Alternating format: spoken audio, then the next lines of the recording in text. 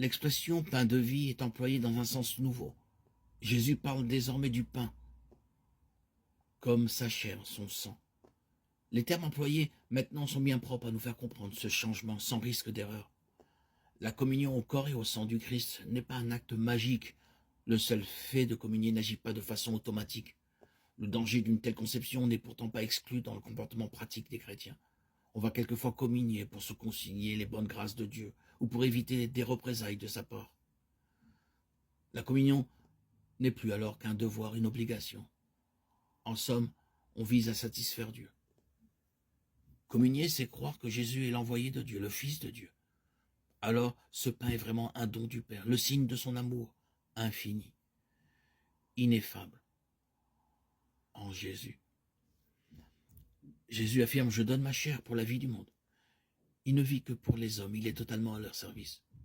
Cela le conduira un jour à accepter la mort sur la croix. Les Juifs ne comprennent pas comment cela peut être possible. Ils s'en tiennent au sens littéral des mots, manger le corps physique de Jésus. Celui-ci poursuit manger sa chair et boire son sang, sont un moyen privilégié d'entrer en totale communion avec lui. Il veut ainsi de façon concrète faire comprendre aux croyants qui il est réellement pour lui et lui montrer jusqu'où il l'a aimé. Le fait de communier au corps et au sang du Christ est le signe manifeste de l'union intime entre Jésus et tous ceux qui, s'engageant à sa suite, ont découvert le sens véritable de leur vie et parviennent à la vie éternelle. Celui qui fait une telle expérience, toujours nouvelle et toujours plus profonde, n'oubliera jamais que grâce à l'intimité partagée avec Jésus, il peut, lui aussi, devenir un pain donné pour la vie du monde. Dans la mesure de ses possibilités et des dons qu'il a reçus, il doit essayer de l'être dès maintenant et sans attendre. Ainsi, il s'enracinera toujours davantage dans le Christ. Celui-là demeure en moi et moi je demeure en lui.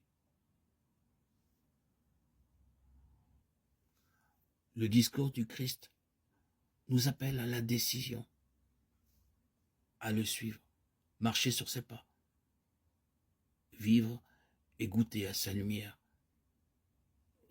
sans déclin, qui nous conduit au royaume.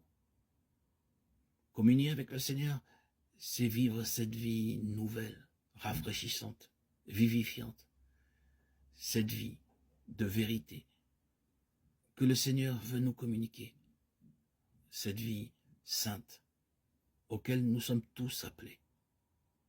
Par notre baptême, nous sommes témoins que Jésus est bel et bien ressuscité dans nos vies, dans la vie de chacun, de tous ceux qui ont goûté à cette liberté que l'Esprit Saint que nous avons reçu nous accorde. À lui, tout honneur et toute gloire pour les siècles des siècles.